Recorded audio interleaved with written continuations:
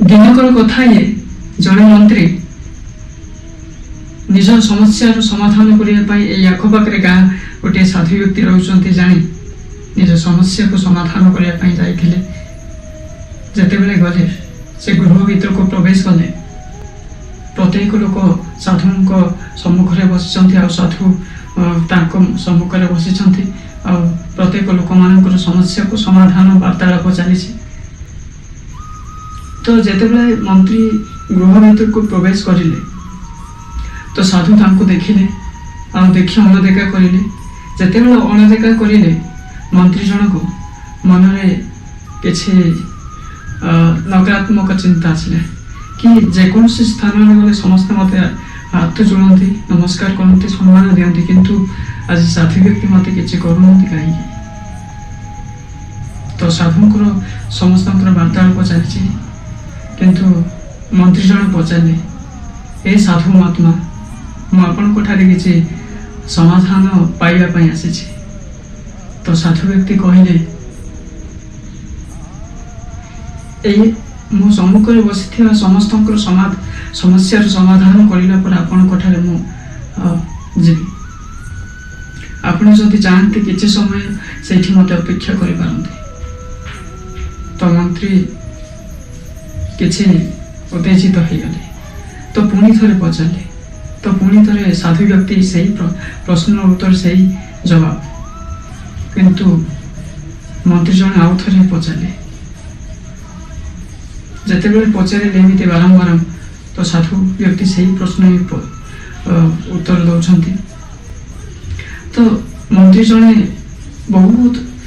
आखिर लाभ रंग आ मनरे तेज पूरा रागी जाइछन्ति बहुत रागी जाइछन्ति तो कहले ए साधु महात्मा मो समस्या समाधान आपण पाइबार किसी आवश्यक नहीं मुझे मो समस्या समाधान मुझे बाहर करी आपण जने साधु व्यक्ति नुहति आपण साधु भाई अभिनय कर लोक मानकर समस्या समाधान करी तांको पैसा को लंठन कर तमे जने चोर डकायती जदि एति कहला पर मध्य आपनकर किछि कहबार इच्छा तो आपण मते कहि पारंती तो साधु व्यक्ति हाथ जोड़िले आखि खोलिले तांको कहिले तमे जेई नहीं थांतु काई जतेबेले व्यक्ति ही थांतु ना काई जतेबेले धनी व्यक्ति ही थांतु ना काई आपण जहाँ भी एबे कहिले मो विषय रे सेथि भाई मो भीतर किछि भी राग हिंसा क्रोध नहीं एबे भी तमे मो पाई बहुत सुंदर व्यक्ति आ तुम भीतर सुंदर व्यक्तित्व अच्छी तमें समस्त को भल पाओ समस्ते तमें सम्मान कर एति कही मंत्री जनकर मन एत प्रफुल्लित खुशी जीवन में एमती केवे घटी ना जहाँ आज घटी तो मन एत खुशी